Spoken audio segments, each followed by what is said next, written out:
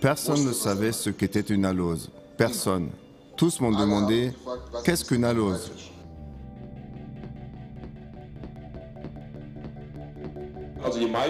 Jusqu'en 1938, on pêchait les aloses à Cologne en grande quantité.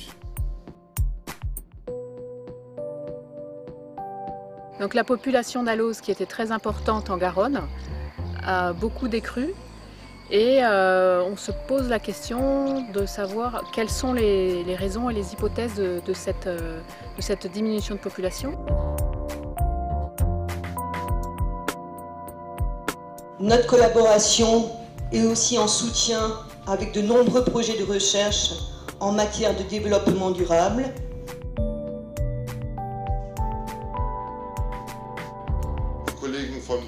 Les collègues français de Migado sont venus dimanche exprès de France pour nous apporter les larves et les œufs. Deux aloses viennent d'être marquées avec des émetteurs radio.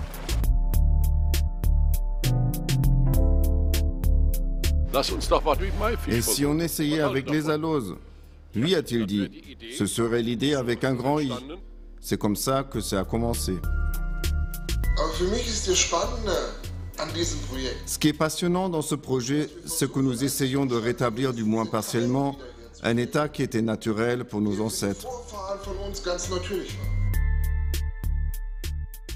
En 1670, l'alose était connue sous le nom de Hals dans le Rhin et dans d'autres fleuves allemands.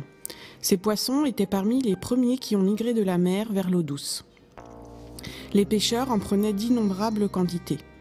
Une alose sur le marché à Düsseldorf. Autrefois, elles étaient bien plus nombreuses que le saumon. Comme lui, l'alose est un poisson migrateur, mais avec beaucoup plus d'arêtes. Mais peu importe les arêtes, au mois de mai, les pêcheurs attendaient l'alose, appelée aussi poisson de mai.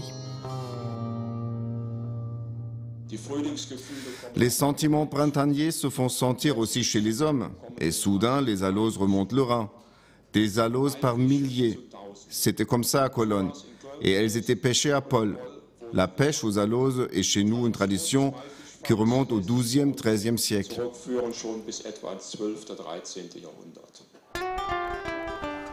Organisée chaque année à Cologne par les pêcheurs, la tradition de la fête de l'alose à Pol continue. Nous avons réussi à avoir une vraie alose, ici à Pol. Car cela fait longtemps que seuls quelques rares spécimens de ce poisson de la famille des harengs se perdent dans le Rhin. L'alose a disparu au cours du temps. Pas d'un coup, mais à cause de la surpêche, de la pollution et d'autres interventions extérieures humaines sur le cours d'eau. Rudiel est l'un des derniers pêcheurs professionnels sur le Rhin. À 75 ans, il est toujours quotidiennement sur son bateau traditionnel, Anita II. Enfant, il a vu des aloses. Pour commencer, cela fait 300 ans que la pêche fait partie de nos familles. Mon grand-père, mon arrière-grand-père, tous ont pêché des aloses. À l'époque de mon grand-père, les aloses étaient encore vraiment présentes. Ils en remplissaient des charrettes entières. Et alors, ils allaient de village en village avec une clochette. Et les femmes venaient à leur rencontre avec des grands seaux. Elles achetaient un seau plein pour 50 pfennig. Cette époque est révolue depuis longtemps sur le Rhin. Mais dans le cadre du projet européen Life+, nombreux sont ceux qui s'impliquent pour ramener l'alose ici et pour préserver l'espèce en France. Aux États-Unis, l'alose savoureuse, un poisson de la même famille que la grande alose, a été réimplantée avec succès. D'ici peu, de jeunes aloses devraient descendre le Rhin en direction de la mer du Nord et y vivre quelques années, jusqu'à ce qu'elles remontent pour se reproduire.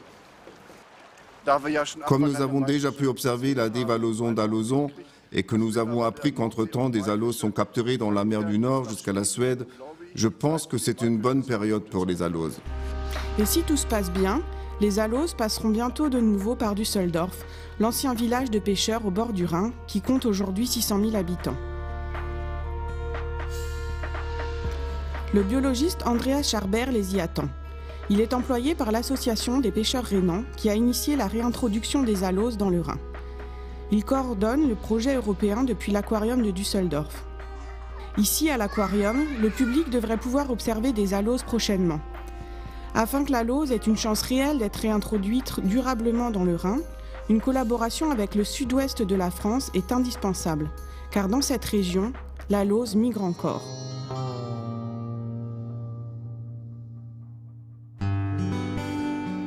Paillon-sur-Gironde, dans le sud de la France. La Gironde est un estuaire riche en plancton, l'endroit où la Garonne et la Dordogne se rejoignent avant de rejoindre l'Atlantique. C'est ici que les jeunes aloses, qui viennent de l'eau douce, restent quelques semaines afin de s'acclimater à leur future vie dans l'eau de mer. Et c'est d'ici qu'elles reviennent et remontent les fleuves français au bout de 3 à 5 ans pour se reproduire. Elles se rendent dans une région viticole, une région avec beaucoup de petits châteaux, comme Montbazillac par exemple, où un groupe d'experts de l'alose est en train d'échanger. Une région au vieux village, comme Limeuil-sur-Dordogne. Une région ensoleillée. Une région dans laquelle il fait bon vivre, la région aquitaine. Il y a encore 10 ans, des centaines de milliers d'aloses remontaient la Dordogne jusqu'aux Frayères, car il y a une berge naturelle et des courants rapides au centre du fleuve. De bonnes conditions pour les aloses. Donc sur ce site de la Guilloux, donc à la Linde, sur la commune de la Linde, donc on a une frayère d'aloses typique, donc où on voit donc cette zone plus profonde, et c'est entre cette zone calme et profonde et ce radier, donc une zone plus turbulente et moins profonde, c'est entre ces deux zones que la reproduction va avoir lieu.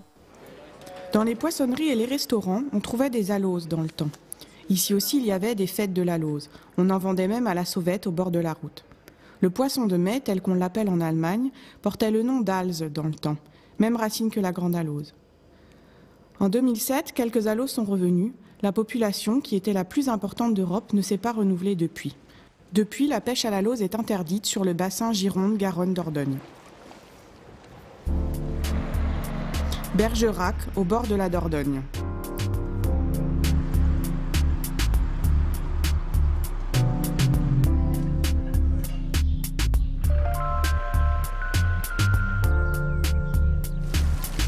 La fontaine du saumon, symbole pour une autre sorte de poisson migrateur qui passe par ici. Depuis 1995, l'un des partenaires du projet, l'association Migado, élève des saumons. Ce migrateur avait disparu et a pu être réintroduit avec succès. Des comparaisons génétiques devraient prochainement établir si les saumons d'élevage reviennent dans les fleuves. Et de nouveaux saumons sont libérés régulièrement, comme ici sur la Corrèze.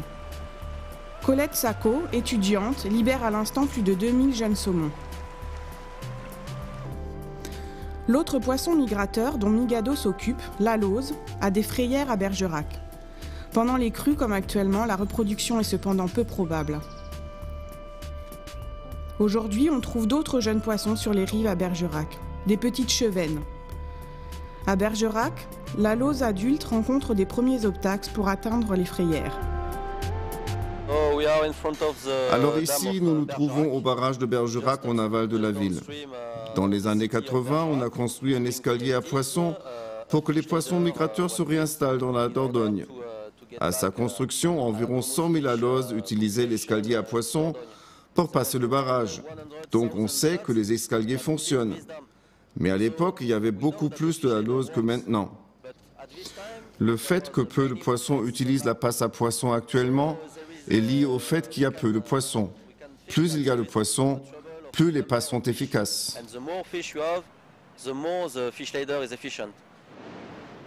Mais il n'y a plus que peu d'aloses. Très peu.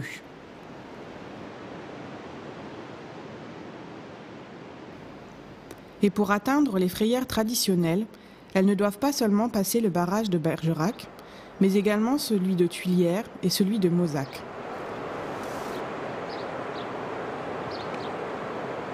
Alors, on a parlé de l'impact des barrages sur la population d'aloses.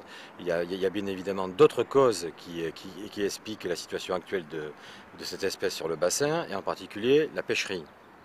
il est assez clair que si on surexploite une population par rapport à ses capacités de renouvellement, comme cela a dû être le cas ces dernières années sur le bassin, ben cette population ne pourra pas survivre et ne pourra pas se maintenir sur le bassin.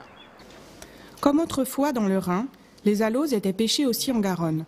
Les derniers temps, plus de la moitié des poissons en âge de se reproduire ont été pêchés, entre autres avec ce genre d'appareil spécial.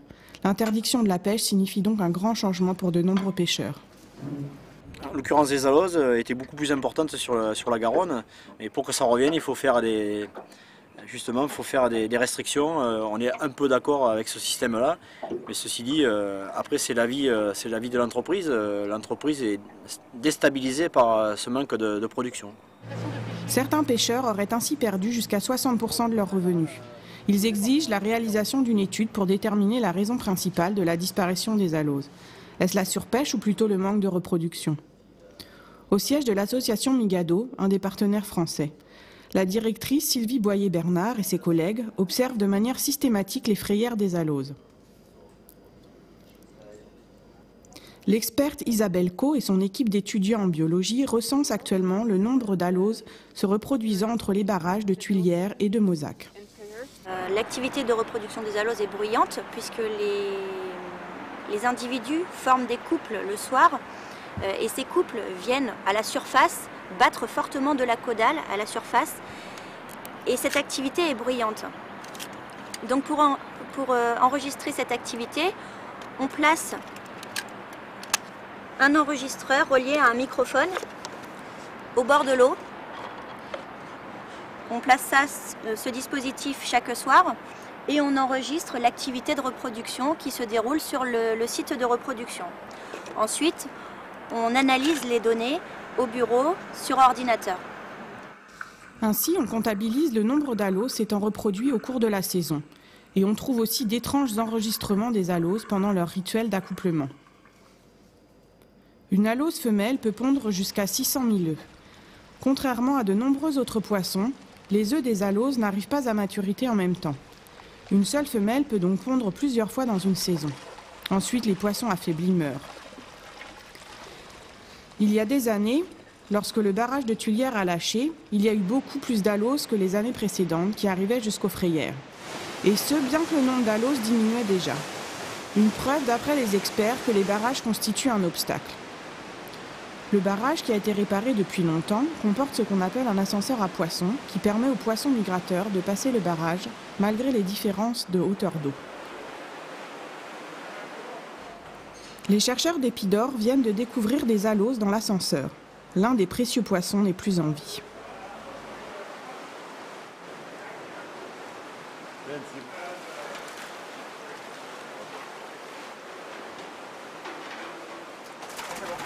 Les deux autres poissons sont endormis avec de l'essence de clou de girofle.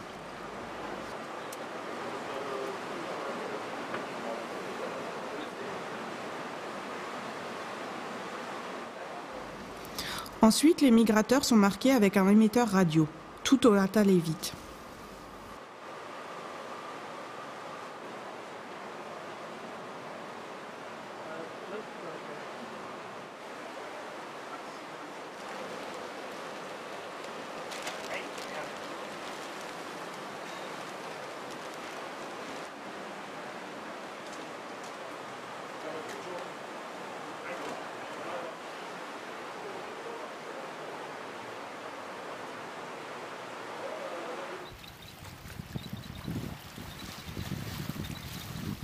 Les aloses ne sont pas libérées après le barrage, mais elles sont remises avant le barrage.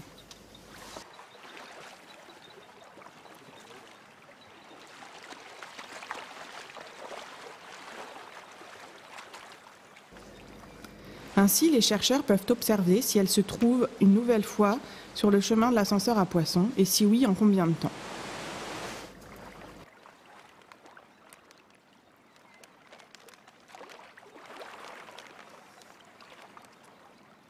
Et d'ici quelques minutes, quand elles seront réveillées, on va les relâcher, qu'elles puissent reprendre leur migration.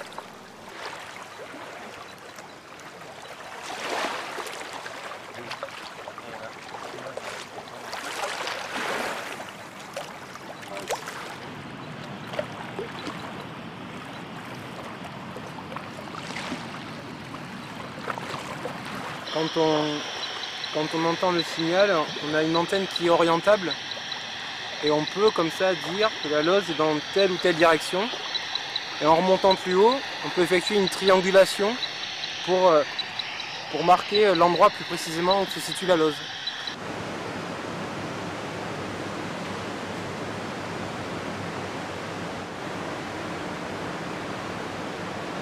Donc chaque poisson en fait a une fréquence propre.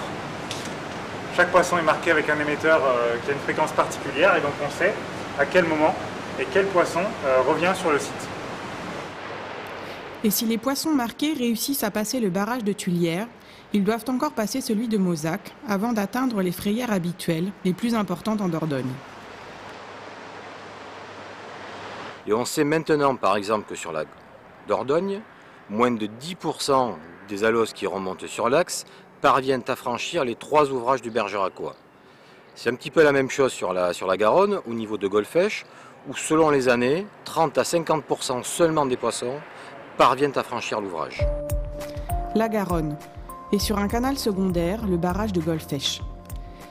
Ici, la centrale hydraulique et depuis les années 90, la centrale nucléaire sont exploitées par EDF qui cofinance le projet.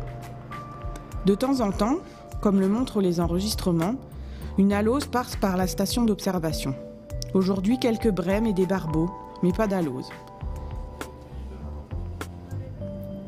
Ici aussi, il y a un ascenseur à poissons grâce auquel on pourrait recueillir des aloses pour l'élevage. S'il y en avait.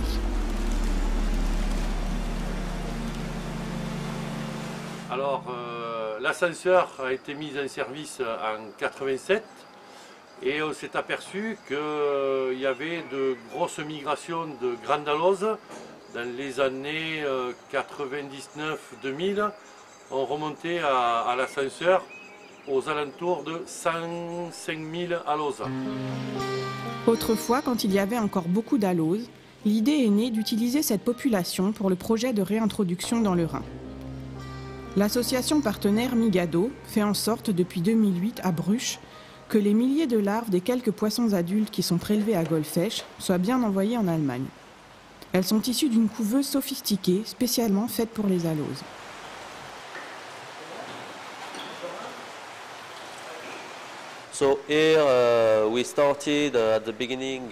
Quand nous avons commencé l'élevage, nous récoltions environ 300 grammes d'œufs par femelle prélevés dans le fleuve.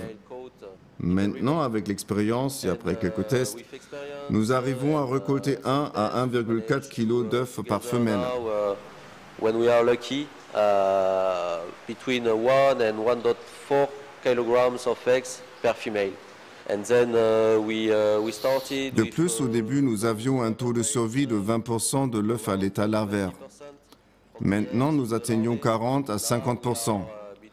Nous sommes assez satisfaits de ces résultats et espérons que ça va continuer dans ce sens. And we hope that it will go on.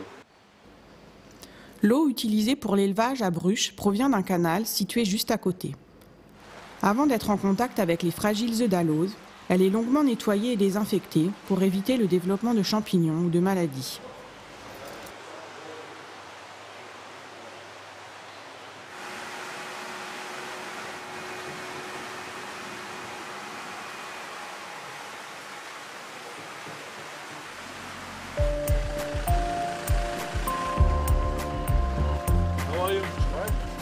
Et de cet élevage arrivent environ 450 000 alosons en Allemagne à l'été 2012.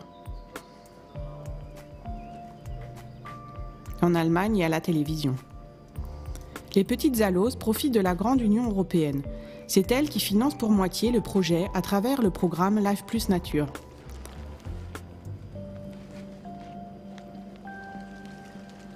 À 2 semaines, les alosons mesurent environ 1 cm.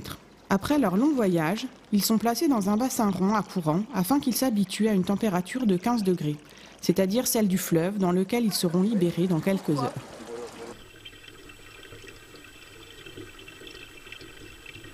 Le fleuve en question est la Lippe, affluent du Rhin qui a été partiellement renaturé. À cause de l'exploitation minière de la région, l'eau de la Lippe a une forte concentration en sel, mais ce n'est pas un problème pour les alosons.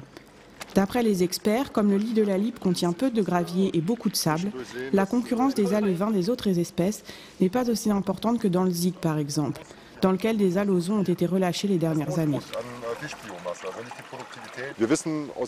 Nous savons que les alevins des autres poissons constituent l'ennemi principal des alozons. Dans la mesure où il y a ici moins de larves d'autres espèces et où nous avons reçu les poissons très tard cette année, nous pensons que nos aloses ont de bonnes chances de se développer et auront un bon taux de survie. Le premier lâcher d'aloses dans la Lippe. D'abord un petit remontant.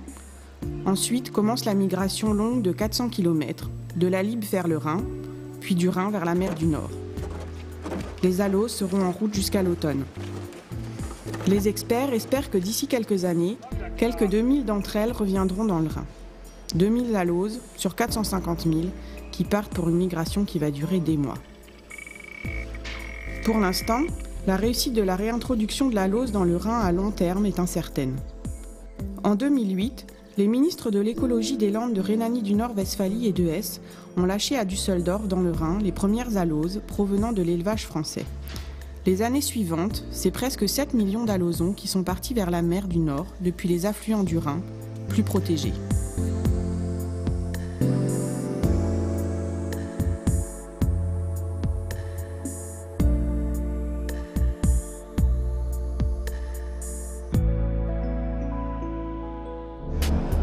Pour augmenter les chances de succès du projet, il y a désormais un centre d'élevage également en Allemagne, subventionné par le Land de Hesse. Inauguration du centre à Haslar en présence d'invités, à l'occasion de la fête du Land de Hesse de l'été 2012.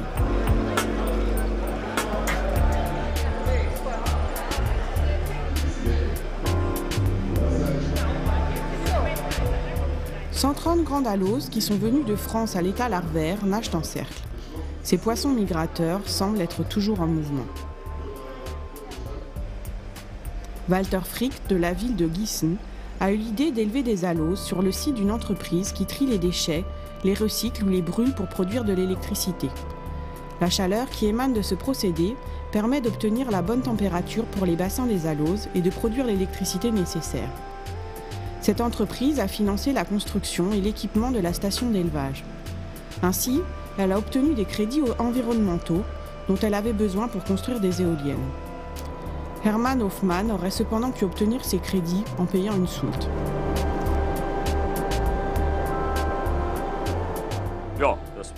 Oui, cela aurait été le plus facile, mais ce n'est pas ce que nous voulons. Nous préférons que cet argent soit utile à notre région, à sa nature, à l'environnement. Et en essayant de redonner à la nature un peu de ce que l'homme lui a pris, le projet a avancé avec l'ouverture du centre d'élevage. Dans ce centre, nous voulons participer à la création dans une certaine mesure. Ce n'est pas toujours facile et surtout, il n'est pas sûr que ça soit un succès. Mais ça vaut le coup d'essayer.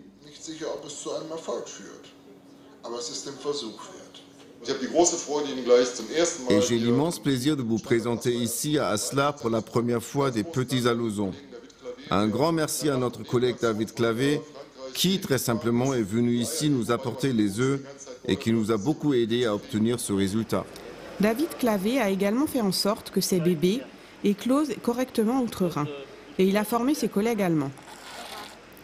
Les visiteurs du centre peuvent voir des milliers de minuscules aloses. L'engagement du jeune Français est un bon exemple de la fructueuse coopération internationale pour laquelle le projet a été récompensé en 2012 par l'Union européenne. Ce n'est pas simplement un prix de Bruxelles parmi d'autres.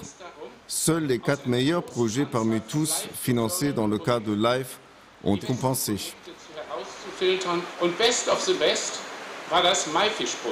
En tant que représentante de la région Aquitaine, je me réjouis particulièrement de ce que ce projet illustre bien les liens forts qui unissent l'Allemagne, la Land de Hesse et l'Aquitaine. Le pays dans lequel la Grande Alose passe du Rhin à la mer du Nord et dans lequel l'association des pêcheurs Sportvisserij Nederland finance le projet a envoyé un représentant pour l'inauguration. Le pays dans lequel se situe le port de Rotterdam, censé figurer le point de départ des aloses vers le Rhin qui reviennent de leur migration. L'alose est un poisson important pour la Hollande. Et avec le saumon, par exemple, c'est représentatif de l'ensemble de la population des poissons. Qu'ils soient en bonne santé et que le Rhin fonctionne de nouveau en tant que système écologique. Les nouveau-nés à Aslar sont censés y aider. Les employés de l'entreprise de traitement des déchets font figure de babysitter. Dans les containers bleus se trouvent des petits crabes d'eau de mer pour les poissons. Ils sont nourris toutes les 15 minutes avec 15 ml de ces crabes. Et dans les petits containers se trouvent des croquettes qu'on leur donne en plus toutes les 2 heures. Le travail quotidien dans le centre d'élevage est accompli de concert par les employés du centre de traitement de déchets et par les biologistes et les pêcheurs. Je souhaite que nos pêcheurs soient aussi considérés par le monde extérieur comme des protecteurs de la nature compétents qui ont compris les enjeux du développement durable et qui y contribuent. Et c'est ainsi que grandissent ici, comme à Bruges, des larves des grandes aloses qui seront introduites dans le Rhin. Certaines de ces larves resteront cependant au centre d'élevage une fois arrivées à l'âge adulte et deviendront un jour reproducteurs. Comme à l'état naturel, elles passeront ici aussi de l'eau douce à l'eau salée. Le fait que nous essayons aujourd'hui d'avoir un propre élevage indépendant de ce qui se passe en France et qui se casse la figure est un progrès en soi. Peut-être que nous allons réussir à obtenir une nouvelle population par nous-mêmes. La Rochelle, golfe de Gascogne en France. Les visiteurs de l'aquarium de La Rochelle peuvent observer ici, entre des petites sardines et des anchois, des grandes aloses à l'âge adulte.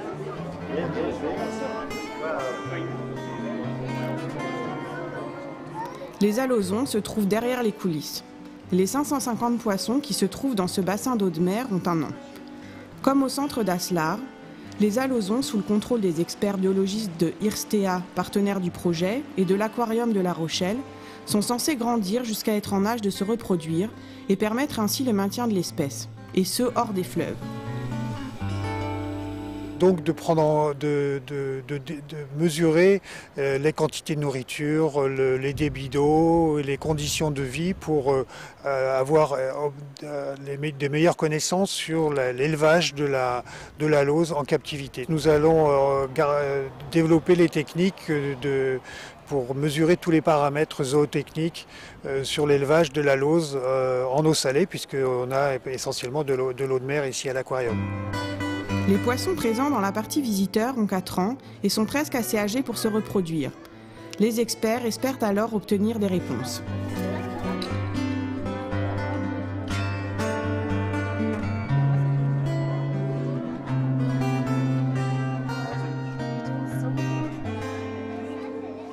Une action spécifique est engagée pour essayer de comprendre l'évolution de la maturation en conditions contrôlées, pour voir si cette maturation est effective et comment elle se déroule.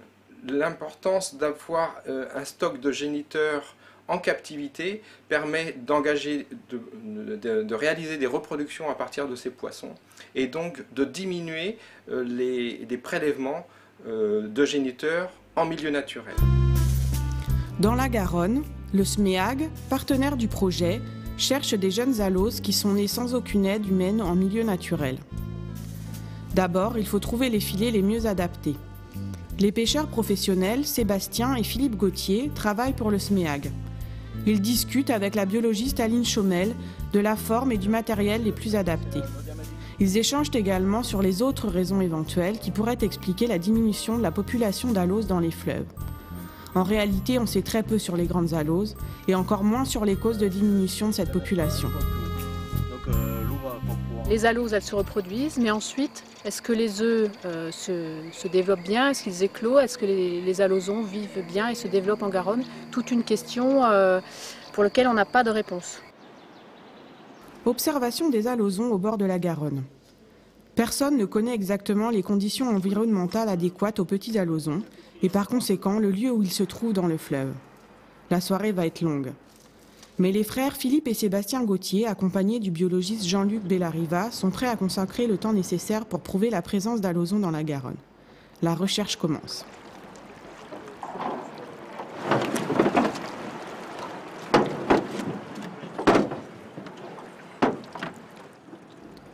Ce sont de petites ablettes. Toute découverte peut être utile aux prochaines générations de grandes aloses. Quels segments du fleuve leur sont favorables? Est-ce une alose? À l'œil nu, pas si facile de le dire chez de si petits poissons. Et alors tu feras gaffe. The bigger one, what's it? It's Blix. Also? Yes. Mais le biologiste Andreas Scharber est sûr de lui. Malheureusement, ce n'est pas un aloson. Nous voici de retour au bord de la Lippe en Allemagne. Un peu en aval de l'endroit où les alosons ont été lâchés il y a un mois, les biologistes cherchent des jeunes aloses comme leurs homologues français au bord de la Garonne. Ils veulent savoir s'ils se trouvent encore dans la Lippe et si oui, à quel endroit. Près de la berge, ils utilisent la méthode de la pêche électrique. Un courant produit dans l'eau à l'aide d'un appareil alimenté par des batteries permet d'endormir les poissons pour quelques secondes seulement. Ils sont alors pêchés avec des épuisettes. Les poissons qui ne sont pas des aloses sont relâchés. En plus, le centre du fleuve est contrôlé grâce à un tramail à fine maille. Aujourd'hui, on ne trouvera aucune alose. La grande alose est le seul poisson migrateur pour lequel les biologistes ne savent pas déterminer le temps dont le jeune poisson a besoin pour nager de la Lippe au Rhin. Autant tâtonner dans le brouillard. Nous sommes de nouveau au bord du Rhin, sur le vieux bateau à anguilles. C'est grâce à lui que les années précédentes, on a pu prouver la présence de jeunes aloses pendant leur migration dans le delta du Rhin et dans la mer du Nord. Malgré tous ces impondérables, le projet est soutenu financièrement et humainement, et pas seulement par l'Union européenne. Par exemple, par l'association écologique HIT, qui s'implique depuis le début. C'est un vrai challenge car on réintroduit ici toute une espèce, d'autant plus qu'il s'agit d'un poisson migrateur et qu'on remet en marche un processus naturel. C'est un challenge énorme. Entre-temps, Rudiel a prélevé du Rhin 31 jeunes aloses dans le cadre du projet. Une preuve que les aloses lâchées en amont descendent bien vers la mer du Nord. Mais seule une infime partie des aloses passe dans le périmètre d'action de son vieux bateau. Des milliers pourraient passer sans être vus. Pour les connaisseurs du Rhin et pour sa population de poissons, ce serait tout particulier si la légendaire grande alose venait réellement à repeupler le Rhin régulièrement.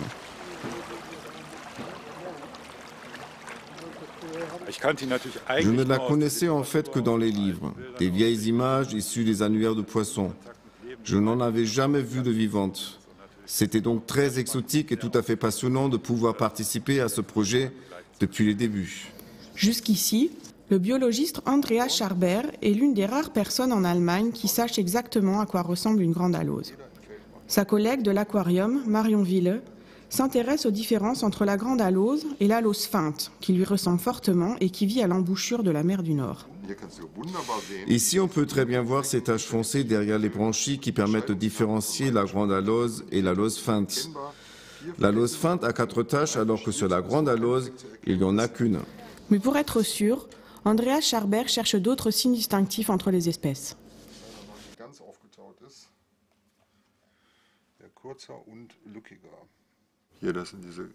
Ici, on a des longs et fins brancheux spines, tout à fait typiques pour les aloses. Toujours plus de 90. Cette alose est encore très jeune, ce qui explique sa taille inférieure à une alose feinte. Ce n'est pas le cas à l'âge adulte. C'est un pêcheur danois qui a envoyé l'alose feinte, l'ayant pris pour une alose. Pour le développement du projet et pour s'assurer de son succès, il est très important pour les chercheurs d'être informés de la prise d'alose dans le Rhin et la mer du Nord. Les aloses sont présentes dans des périmètres immenses et elles parcourent des distances phénoménales au long de leur vie, des centaines de kilomètres le long des côtes. C'est presque impossible de surveiller une telle population et d'obtenir des informations sur sa propagation. C'est pourquoi il est primordial que nous soyons informés quand des pêcheurs professionnels ou amateurs pêchent ce type de poisson. Des commentaires sur une espèce qui menace de devenir rare également en France. Si les causes de la disparition des aloses ne sont pas déterminées, si les routes empruntées lors de la migration ne continuent pas à être aplanies, s'il y a de plus en plus d'aloses issues d'élevage. Dans ce projet, il y a beaucoup d'espoir investi, beaucoup de travail et une chance. Une chance pour les annonciateurs du printemps, les poissons de mai, qui en mai remontaient le fleuve déjà il y a des siècles.